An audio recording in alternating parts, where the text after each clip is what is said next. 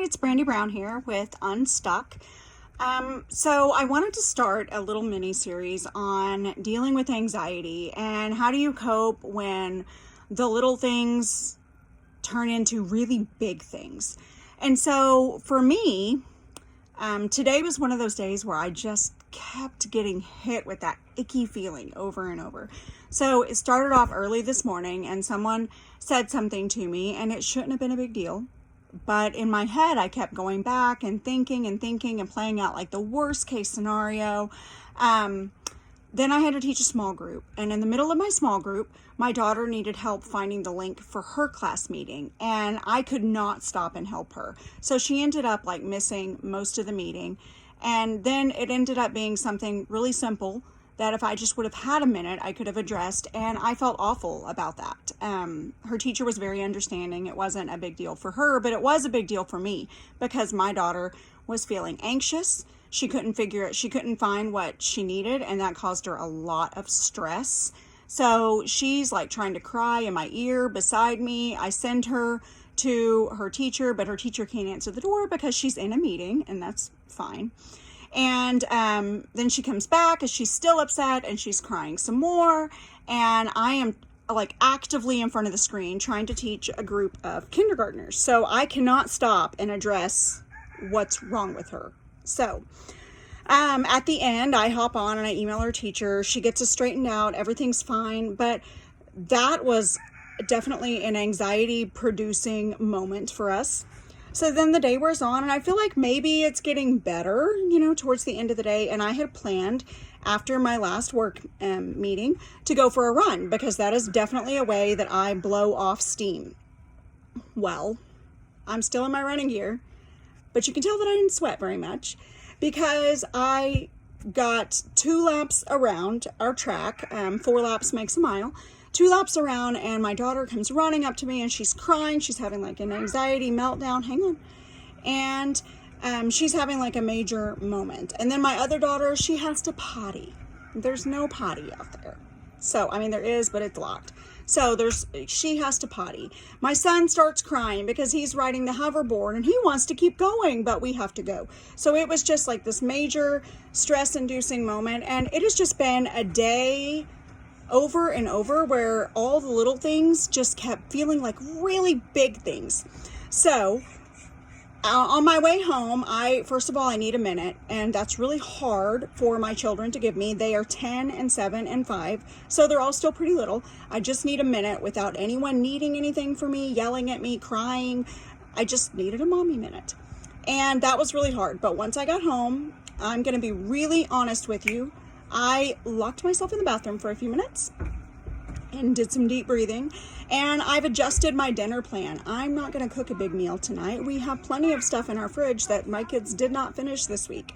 We have, I cooked a great home-cooked meal last night. We have leftovers, and sorry, I am nodding at the anxious child right now.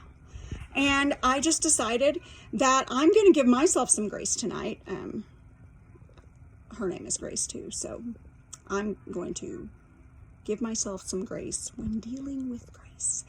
Because when I have anxiety and then when she has anxiety, it just makes for a hot mess up in here. So I've decided that I'm going to breathe for a few minutes. We're going to have leftovers.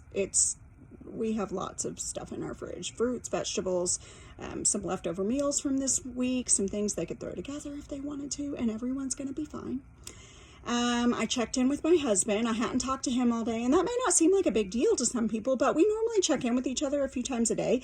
So when I go all day and I haven't heard from him, he's kind of like my voice of reason. He pulls me back in and he'll make some silly joke, or he'll just be like, "Oh, I totally get it." And it just helps. One of my friends is out on quarantine right now. She has COVID.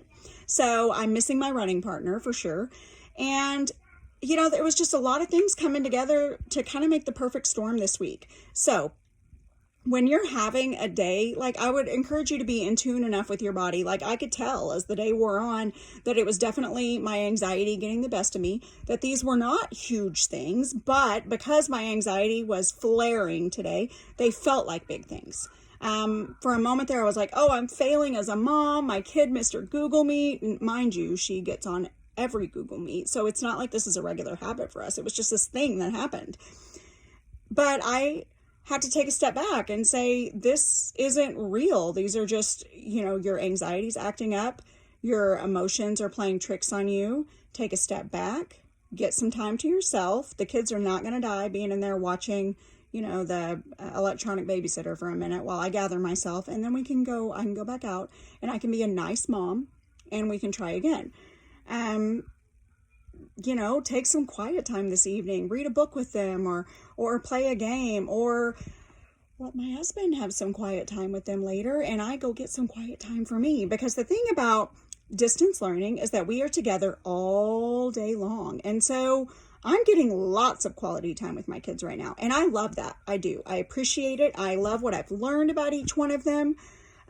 They have different strengths. They have things that just little oddities that come out when they're doing schoolwork that I don't necessarily see in different environments, like at home.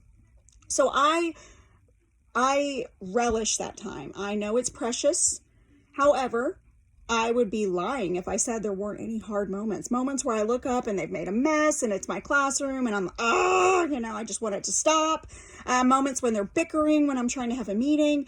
We're together all day long. And when you love somebody that much and when you spend that much time together, they are bound to push your buttons. And your kids know your buttons better than anybody. So they know how to, and sometimes they don't even, it's not like they're actively trying to push my buttons, but they're frustrated or they're irritated. And what do? Push, push, push. And pretty soon we're both reacting instead of being proactive. So I'm going to be proactive for the rest of my evening. And I know that I'm in a mood today where the little things are becoming the big things. I recognize like the headache and the signs in my body that I'm edgy. I started to get a little shaky before lunch and food helped a little bit, but not too much, and it's that kind of day. And the best thing that I can do is remove myself and let my body recuperate a little. Normally I would go for a run and I would release that physical activity that got interrupted today. So plan B is that I'm going to take a step back, reevaluate my evening plan so that I have a little more wiggle room and flexibility to have some downtime instead of just bustle, bustle, bustle. So that's part one of the mini series. I really am. I intended to do it today, but honestly, I needed to come in here and get a breather rather than interact just yet with my children. And I do want, my daughter she was diagnosed with a panic disorder this summer, so she has panic attacks. So when I talk about her anxiety, it's a legit medical condition. We got her diagnosed and we're working on lots of things to treat that. But I want to have her on here and I want her to talk about her experiences a little bit, because for her that tends to be, she'll tell me, I don't know how to fix it on my own. And so my job as her parent is to empower her to listen to her body and to recognize when that's happening and take some proactive steps before it gets to that point. So obviously when you're dealing with little people, it's not going to be perfect every time. And it's going to be lots of adjusting. Oh, this happened. So let's talk about this and figure out how we can be a little proactive and keep you from getting to that point. But we're learning all the time. And let me tell you, it's different dealing with mine than dealing with hers. And I can talk to other people and I can problem solve all day long, but I don't live with them. And it's kind of like a doctor trying to treat their own child. It doesn't really work. So I have to remind myself to step back and just be mom with her. And, to look at her anxiety through a different lens than I look at mine through. So we'll be exploring that more in other episodes. And I hope that everyone has a great night. You can hop on over to my blog, www.unstucks.com.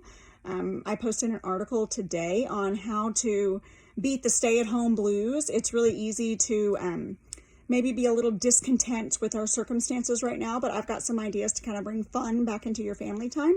And I would love it if you would hop on over and read that.